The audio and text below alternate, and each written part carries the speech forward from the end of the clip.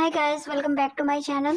कैसे हैं आप सब? आई होप आप सब अच्छे होंगे। बात करते हैं। कल मैंने एक लाइव में देखा था कि वहाँ पे जो है कुछ डिस्कशन चल रहा था और उस लाइव में मैं काफ़ी टाइम तक तो नहीं थी, बट थोड़ा बहुत जो भी देखा है मैंने, उसमें धीरज भाई भी आए थे और पड़ोसी भाई भी आए थे और एक बंदी और आई थी जो कि मतलब क्वेश्चन पे क्वेश्चन पूछी जा रही थी। वो आंसर कम दे रही थी, उस चीज़ के जवाब कम दे रही थी, बट जो सवाल जवाब का सिलसिला था वो बहुत देर तक चला और कुछ चीज़ से ऐसा लग रहा था। बाद में उनकी वीडियो भी आई थी हिमाचली गर्ल की, और उनको मैं पर्सनली देखती हूँ, अच्छी लगती है वो मुझे, काफ़ी अच्छे रिएक्शंस वगैरह देती हैं। तो उन्होंने बाद में एक वीडियो भी बनाया था कि ऐसा लग रहा था कि सामने से सामने वाले की बहन आई थी। तो हो सकता है कि उन्होंने अपनी बहन को भेजा हो उन चीज़ों को सवाल जवाब करने के लिए। जहाँ तक अंदाज़ा लगाया जा रहा है तो यही है कि शायद वो थी पैनल पे, बट फिर उनको ज़्यादा तोल नहीं दिया। उनका फेस वगैरह तो उन्होंने देखा नहीं, जिसमें कि वो बोल रही थी कि मुझे फेस देख लेना चाहिए था। बाकी देखते हैं, वही होंगी तो पता ही चल जाएगा, और नहीं भी होंगी तो फिर जो भी है। बाकी उस लाइव से तो यही पता चला है कि अंशु का कुछ दिनों में जो है अंशु का पक्ष आने वाला है सामने, और आना भी चाहिए यार। मैंने भी कल एक वीडियो डाला था अपने अपने लिए, मतलब अपनी साइड से एक वीडियो डाला था जिसमें अपनी कुछ स्टोरी मैंने शेयर की थी, और आप लोगों ने उस स्टोरी में मुझे सपोर्ट भी किया।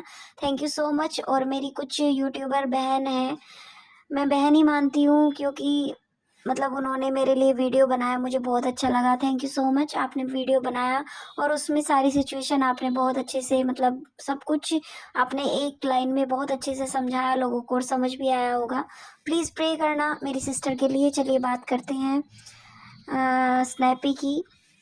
स्नैपी की जो बात है, सामने से अंशु का पक्ष आने वाला है तो जाहिर सी बात है अब इधर से भी कुछ ना कुछ ऐसी वीडियो आएगी, और आना भी चाहिए। हम लोग कब से ये बोल रहे हैं कि अंशु को अपना पक्ष रख देना चाहिए।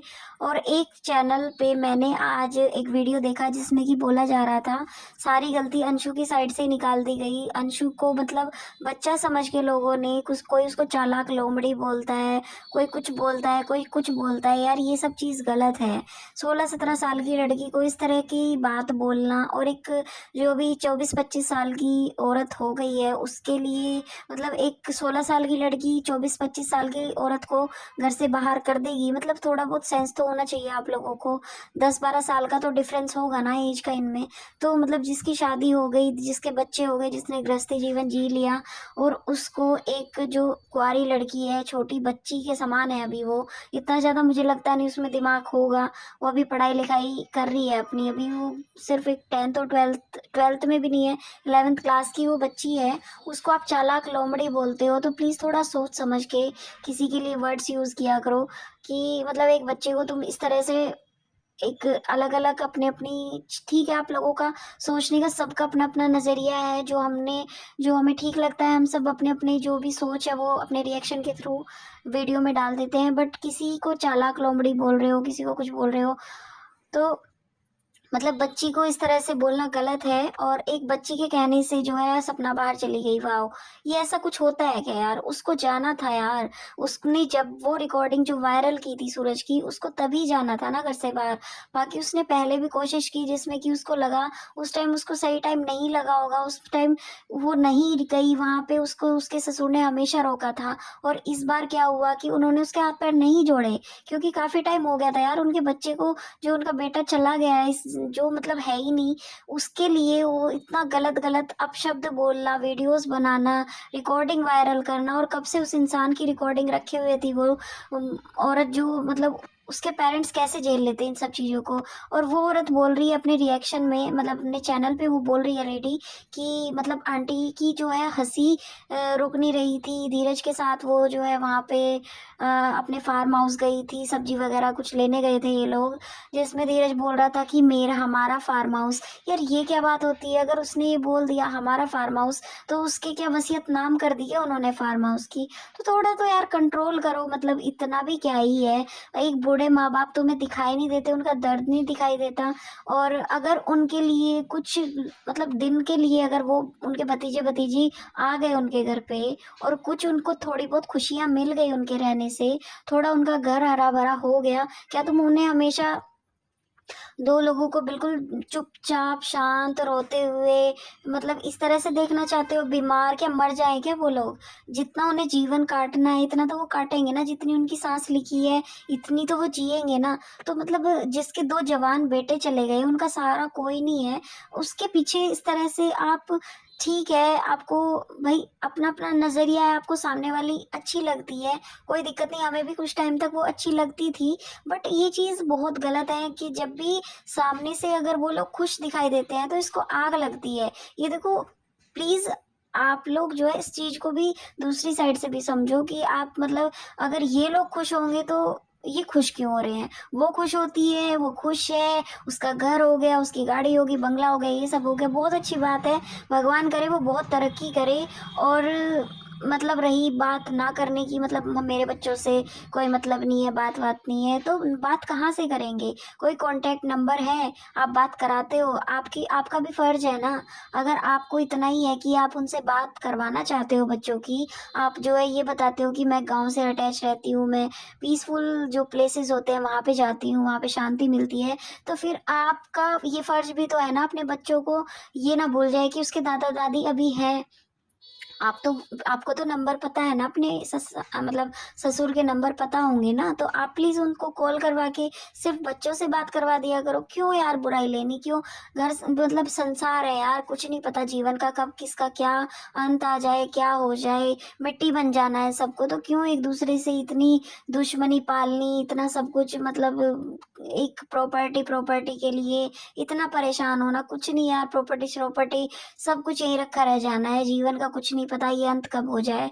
तो प्लीज़ सब लोग हँसी-खुशी रहो यार, क्यों आपस में लड़ाई-झगड़ा ये सब करना। यार टाइम इतना ख़राब है, भगवान ने तो ऑलरेडी सबके जीवन में कुछ ना कुछ कष्ट ऐसे दे रखे हैं कि मुझे नहीं लगता कि संसार में कोई भी परिवार पूरी तरह से सफिशिएंट होगा। किसी के घर में कुछ दुःख है, किसी के घर में कुछ है। अगर ये लोग फार्म हाउस चले गए और अपनी बुआ के साथ में चले गए, सब्ज़ी-वब्ज़ी लेने के लिए अगर इन्होंने ये बोल दिया तो इनका हो गया क्या यार वो? तो मतलब कुछ तो सेंस लगाया करो बोलने से पहले कि धीरज ये बोल रहा था, धीरज वो बोल रहा था।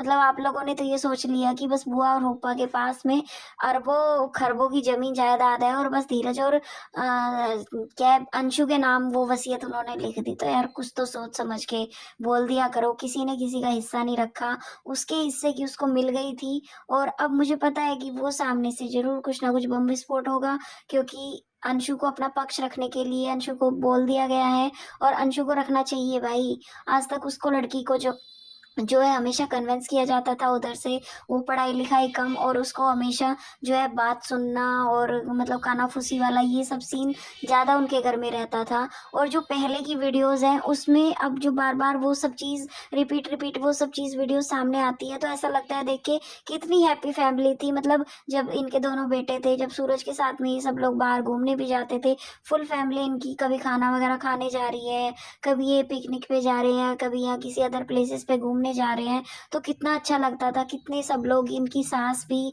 अलग ही बेचारी खुश रहती थी, हेलो हाय हँसती रहती थी, सपना की भी एक्टिंग करती थी, सपना के साथ भी अच्छी बॉन्डिंग थी। उस टाइम की वीडियो को और अब की वीडियो को देखते हैं तो बड़ा दुःख होता है कि ये सब कुछ हो गया, हालाँकि ये सब होना नहीं चाहिए था और अभी कुछ लोगों का ये भी कहना है कि मतलब जब उसके पेरेंट्स आते थे या मम्मी वगैरह, भाई वगैरह आते तो इनकी मदर इन लॉ का मुँह बन जाता था। यार उनकी सिचुएशन बहुत चेंज हो चुकी है अब क्योंकि उनके 2 बच्चे चले गए, बच्चों के जाने के बाद में किसका मन करेगा ही-हाउ करने का, ठीक है?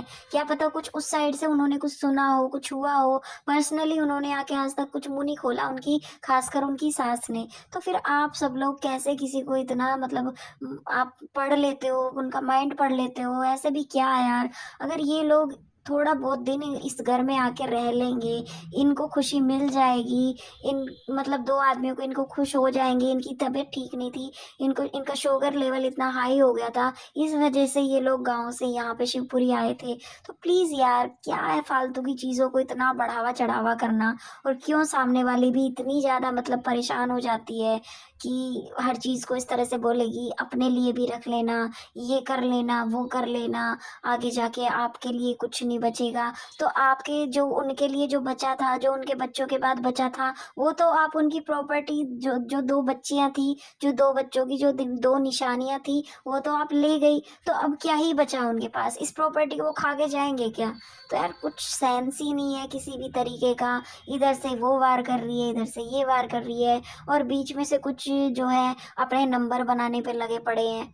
मतलब कुछ भी किसी को किसी भी तरीके से सब, और सामने वाली बोलती है व्यूज़, व्यूज़, व्यूज़ की वज़ह से, मतलब व्यूज़ होते हैं क्या यार? इसका मतलब आप भी तो व्यूज़ की वज़ह से ही कर रही हो ना। निठल्ले, निठल्ले, आपके मतलब आपके परिवार में कितने ऐसे काम वाले लोग हैं जो मतलब दफ़्तर जाते हैं, कौन से ऑफ़िस में जाते हैं, कौन-सी सरकारी नौकरी पे हैं, चलो सरकारी भी छोड़ो, कौन-सी प्राइवेट नौकरी पे हैं, कुछ करते हैं क्या? तो मतलब जो आप सामने वाले बंदे को इस तरह से बोलते हो, थोड़ा-सा अपनी साइड भी झाँक लिया करो बोलने से पहले।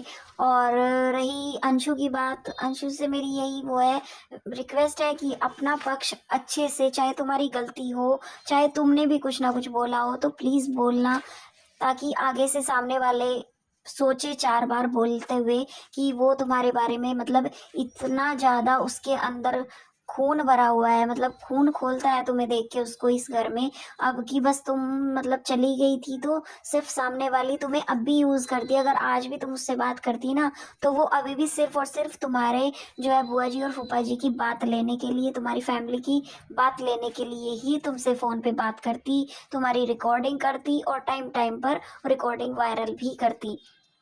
तो उसका मेन कारण तुमसे बात करने का, सिर्फ़ तुम्हें यूज़ करने का था और कुछ नहीं था। कोई भाभी-वाभी नहीं, हमेशा उसने बोला है मेरी बच्चियों की ये हटा दो, मेरी बच्चियों की वो हटा दो। यार उसको शर्म भी नहीं आती। जो छोटी-छोटी बच्चियाँ वो बुआ बोलती थी उनको, वो भतीजी लगती थी। तो मतलब कैसे यार, बहुत लगाव हो जाता है, एक जानवर से भी बहुत लगाव हो जाता है।